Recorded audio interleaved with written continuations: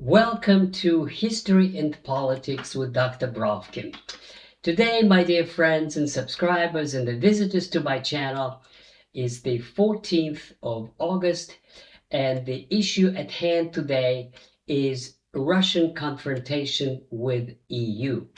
Now, specifically what happened yesterday was Vladimir Putin, Russian president, visited the military base in the Far East in Vladivostok and made some very important pronouncements about Russian response to the decision of the European Union to seize Russian tankers and Russian cargo ships. So this is issue number one, this kind of confrontation over the maritime law, over the cargo ship and ability of Russia to export its oil. This is the issue number one. The second issue is also quite important, but not as noticed, but that is the issue of European manufacturing of war material in European Union for Ukraine and Russian response. What triggered my research into the subject was an explosion yesterday in Italy, an explosion at the munitions plant. And the reaction of the Italian media and what it can possibly mean. And then I did some research and checked what other incidents of similar kind took place. So stay tuned, and then I will tell you all the details about this growing confrontation between Russia and the European Union. So let's get to issue number one, and that is the seizure of Russian tankers and other issues and other cargo vessels. As you may have known from Western media, there were there were dozens actually of acts of seizure of Russian cargo ships, and sometimes they were not Russian. They were, as is practiced in the maritime transportation networks, they were under the flags of different other countries, but they were carrying Russian cargo, mostly oil, but not only oil. And they were typically left without any response whatsoever. So, for example, a cargo would be shipped in neutral waters, and then the French or the British would escort it to a French port or British port, and then would hold it there, and then they would impose fine for some allegedly wrong documentation. And then after the payment of the fine, they would let it go. Now, sometimes, and this was completely ignored by Vladimir Putin and left unanswered. So that led many people in the last few months to conclude that Putin is weak, that Russia is afraid, that Russia doesn't want to respond because European Union is so strong and Russia is so weak, and because Putin is spineless, and on and on and on in that same vein. Until yesterday. And yesterday, Putin made it very clear and explained what Russia would do in case Russian cargo vessels were seized. First of all, he explained that his view is that this is piracy, plain and simple, because the European Union is not officially at the state of war, and it is only a country that is in a state of war that has a right to seize a merchant ship of another country. Now, since there was no war declared between either European Union or any of the member states of the European Union, this is totally illegal, and therefore Putin said, this is his view, he's a lawyer, that this is piracy. And those who are doing it will be held accountable when the time comes. But that's not all. He said similar things before. What he had added yesterday is that Russia would act in a similar fashion. In other words, if Russian ship is seized, Russia would seize a British ship or a French ship or any ship of any country in the European Union that follows this decision of the European Union Commission to impose this kind of measure on Russian, what they call shadow fleet. Now, they also added that uh, over the last couple of months, there were 1,000 foreign ships that passed through the Russian territorial waters or economic zone waters in the Far East. And of those, they gave specific number, I don't remember, 30 or 40 were British or French. In other words, ample opportunities to seize their ships if this comes anytime again. So this is so far just a threat that should call off or cool off the hot heads of the European Union leaders who think that they could seize Russian ship and sell and dispose of Russian property the way they see fit. So this should put an end to it.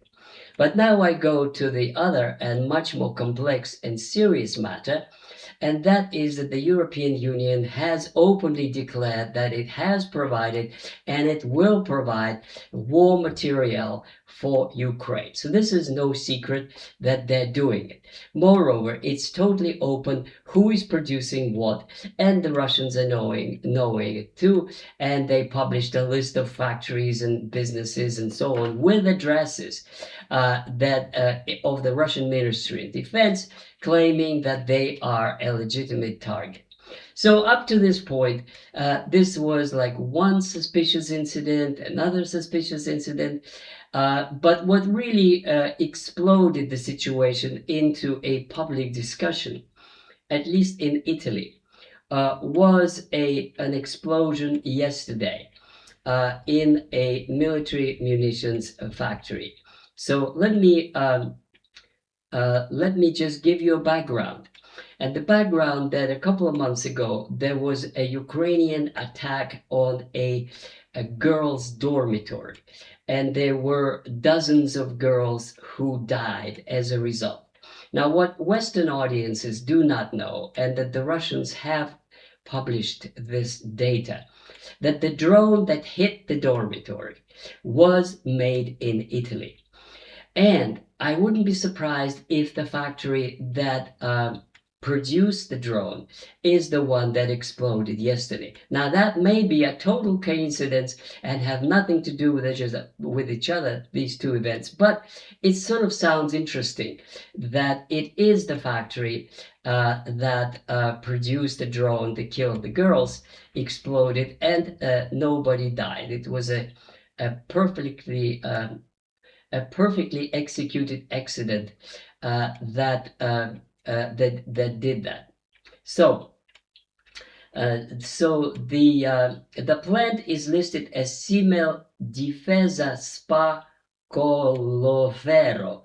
And it was awarded in 2024 a European prestigious an award was to produce 155 millimeter artillery ammunition for Ukraine.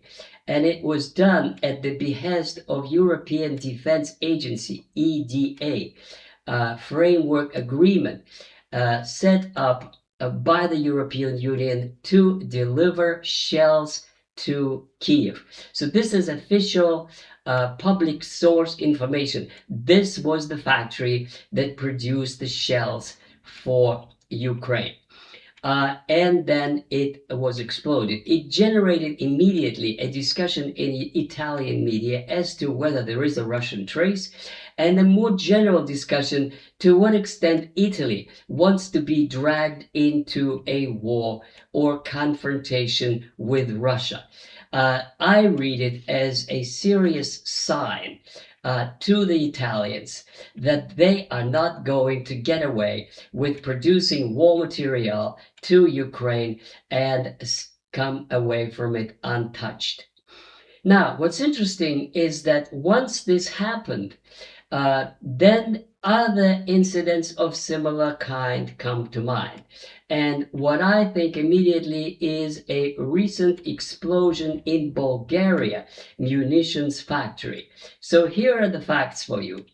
On the 10th of August 2026, explosions and a fire occurred at the munitions warehouse belonging to the Bulgarian defense company EMCO, near the village of Velica, close to the town of Troyanva in central Bulgaria.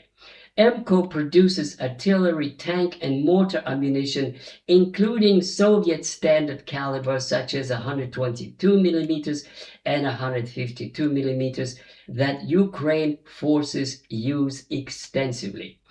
Bulgaria overall has been a major source of Soviet caliber shells and related war material for Ukraine since 2014 and especially after 22.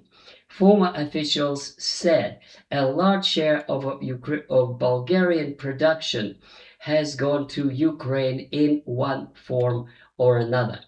A former EMCO deputy technical director, Naiden Eliyev, explicitly said suspicion of deliberate arson points towards Russia, arguing the company operates professionally and external sabotage was plausible. Now, I'm not an investigator or an investigative journalist or anything like that. I simply put facts together. And the fact is that an Italian factory working for Ukraine exploded. And a short time before that, a Bulgarian factory working for Ukraine armed forces exploded. So probably this is just a coincidence, but maybe not. And if it's not, then it is designed for people to think to what extent they want to get involved in war production for Ukraine. I also recalled immediately a small incident completely unnoticed in world media that took place in France. So this is what happened. On the evening of the 1st of June 2026, several individuals threw Molotov cocktails at the Delair drone factory in La Beige, in the Toulouse metropolitan area. The devices failed to ignite properly and caused no significant damage. Delair is a French drone manufacturer, civilian and military models. It has become a notable supplier of reconnaissance and light combat drones to the Ukrainian armed forces. This is public record, official information, not any spy information. The French have hushed up this incident. No damage was done, nobody was charged, but they arrested some suspicious individuals who were seen there and so on and so forth. But I think it's also a signal.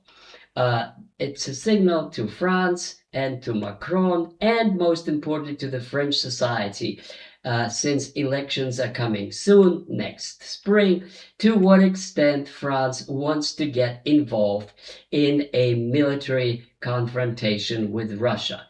Because drones for Ukraine is a legitimate target. That's by international law. And then I go to the next incident that occurred also in the last week, 2 weeks, and that is the Antonov aircraft incident. Now, Antonov is the aircraft company that used to be a part of Soviet Union. It produces the heavy aircraft. They can lift the heaviest cargo than any other company. And so now they're Ukrainian, and now they are based in Kiev and in Germany, and probably to save this aircraft from Russian bombardment, they are kept in Leipzig. And so this is what happened. On the night of the 4th to 5th August 2026, a small drone carrying professional explosives, possibly Semtex plastic explosive, and a detonator was discovered on the apron of a restricted cargo area of Leipzig airport. It was found near the parked Ukrainian Antonov 124 freight airplane operated by Antonov Airlines of Ukraine.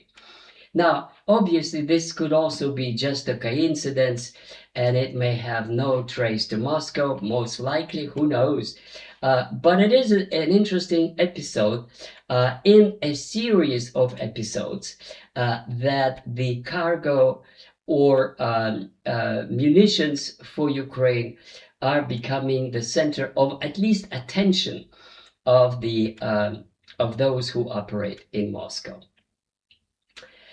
Now, I think the message to the Europeans is that you are not going to get away with military production for Ukraine without paying a price. And then I give you one more example, which is from March 2026. A fire destroyed a warehouse in Pardubice, belonging to a company linked to LPP Holding that supplies autonomous drones and related technologies to Ukraine. Police investigated it as a suspected arson with a possible terrorism link. So these are the latest episodes, and I think they're relevant in the discussion as to what we've heard in the last several months. Putin is afraid, Putin is weak, the West is strong, the West can force Putin to negotiating table, Ukraine is winning, and Russia wouldn't dare, and we can supply Ukraine and nothing would happen. Well, things are beginning to happen. And to remind you what I said in my previous video, the first thing that Russia has done is cut off any supplies of anything to Ukraine from the south. All the ports are destroyed or bombed on a daily basis. The next thing that Russia is doing, and that is of yesterday and going on now, is the bombardment of rail junctures and bridges linking Ukraine to Romania and to Poland and to Hungary. That operation is on. So the purpose is to deprive Ukraine from supply routes. And the final point that I devoted most of my attention today is increasing number of incidents targeting war material production in the European Union, which is a clear signal that Russia is not going to sit idly and do nothing when the Europeans supply war material to Russia. So that's where we are, my dear friends and subscribers. I'll see you shortly with another edition of History and Politics with Dr. Brovkin. Don't forget to read my book, From Vladimir Lenin to Vladimir Putin, in the description, and to subscribe to my channel, this one and the one on Substack. And I'll see you very soon. Goodbye.